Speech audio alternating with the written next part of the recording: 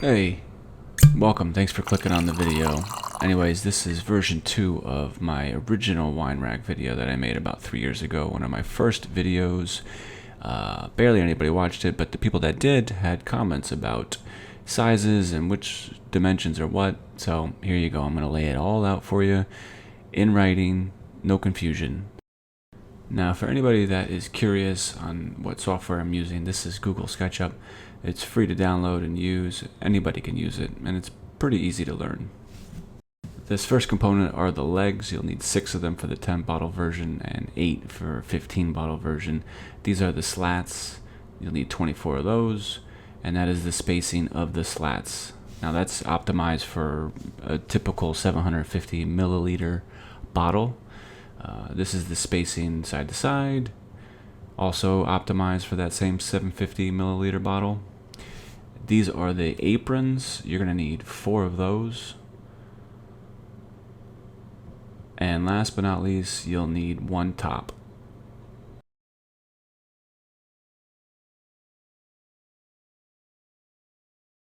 So this is the 15 bottle version, and the only difference is the length of the apron and the length of the top.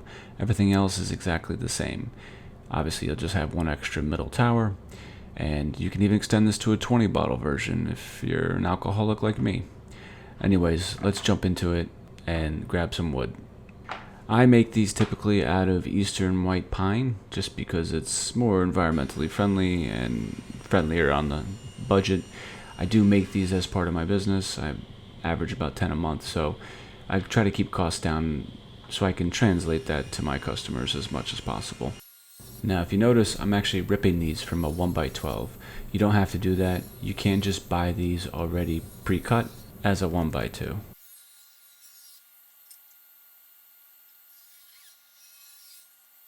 Here I'm going to rip the slats, and I'm going to rip 24 of them, as mentioned earlier. I do recommend buying a 1x12 and ripping these because you need so many. Buying them as a 1x1, it's going to get a little pricey.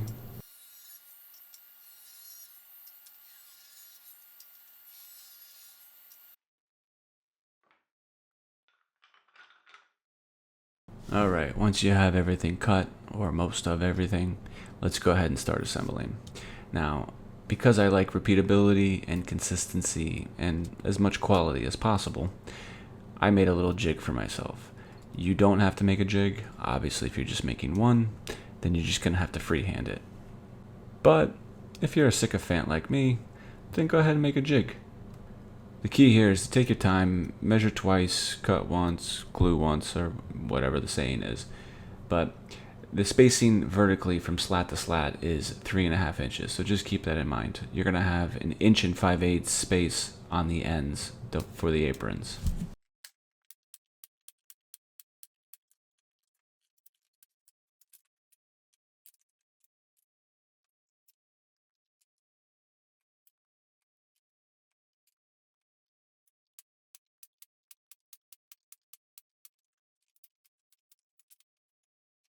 So for the middle towers, obviously you're just going to flip it over and put slats on both sides. But again, take your time, make sure you line everything up, and make sure you get a solid nail and some solid glue.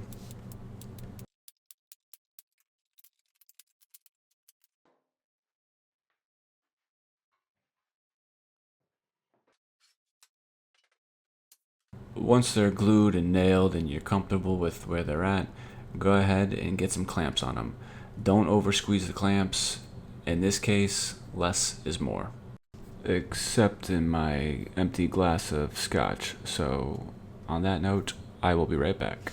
And in the meantime, you can keep watching this riveting tale unfold. I know, high octane over here.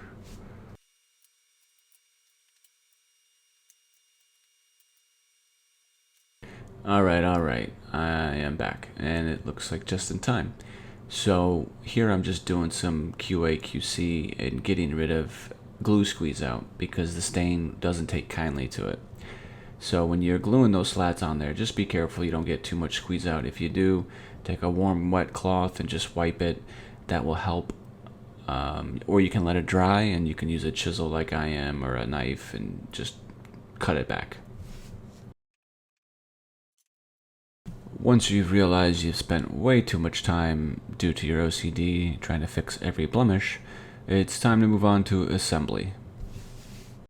Now, I do need to go back and apologize. I did not show me cutting and processing the aprons, and also really cutting them down from 3/4 to 1/2 inch. But if you have a table saw, or ideally a planer, you can easily get them down to 1/2 inch. So I know it's been 5.5 minutes, but think back real far to the beginning and don't forget that 2 5/8 spacing from inside slat to inside slat. Horizontally, I should say, not vertically. That's 3 1/4. So side to side, it's going to be 2 5/8.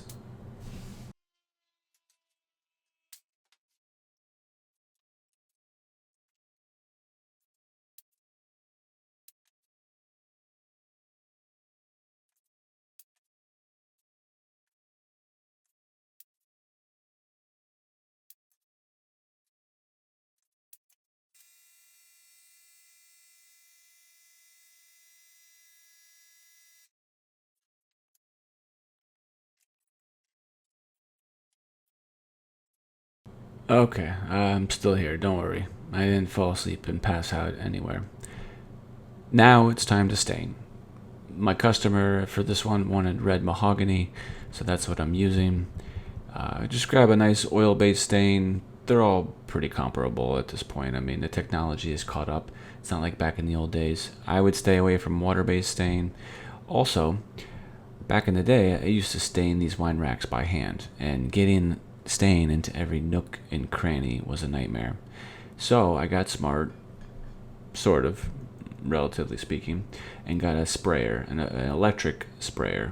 They come in pneumatic, they come in electric, all kinds of different styles and price ranges. But yeah, if you do a lot of staining, I'd recommend getting a sprayer. It definitely speeds things up and gives you better results in the end.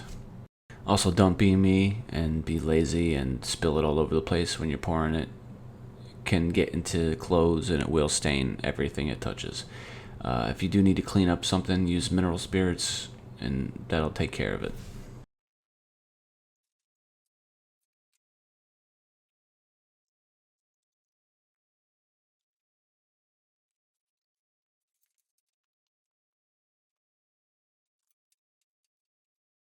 Oof, I'm fading fast over here. Anyways, it's a nice sunny day. Let's get outside and spray this thing. Now, I don't recommend doing it in direct sunlight because sunlight will speed up the dry time and it can make the stain a little tacky and hard to wipe off any excess. Just be careful with that. So try to do it in the shade to avoid any headaches in the future. And just go to town here. So I start with it upside down. The reason I do that is because I want to make sure to get the bottom of the top.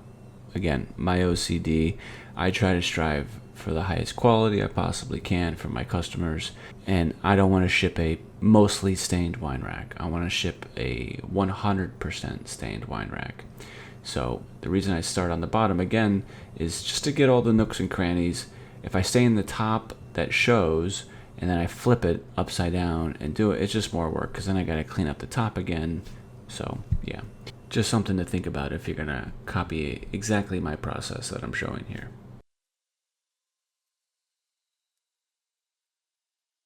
Okay, now that it's stained, all you gotta do, wipe off any excess. And we're in the home stretch here. Make sure you do this while it's wet and fresh. Don't want to wait until it dries. Take it from me. After it dries, now you gotta go back and sand it. You get sanding marks, you gotta clean that up, you gotta restain it, it doesn't look the same. So yeah, just take your time here and make sure you get it all.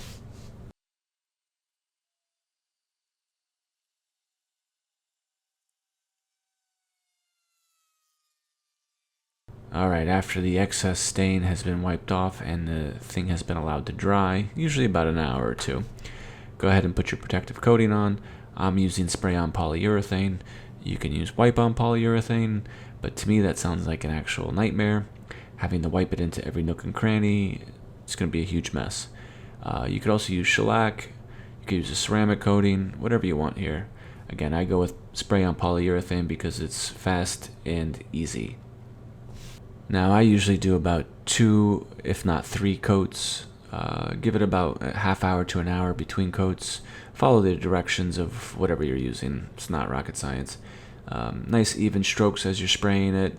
Start spraying off the object and then sweep it across. Keep the can a consistent distance if you're going to go with spray on. And last but not least, the most important step of the process, fill it up with your chosen liquor: wine, whiskey, vodka, scotch, whatever you want. Get creative. That's it. End of the video.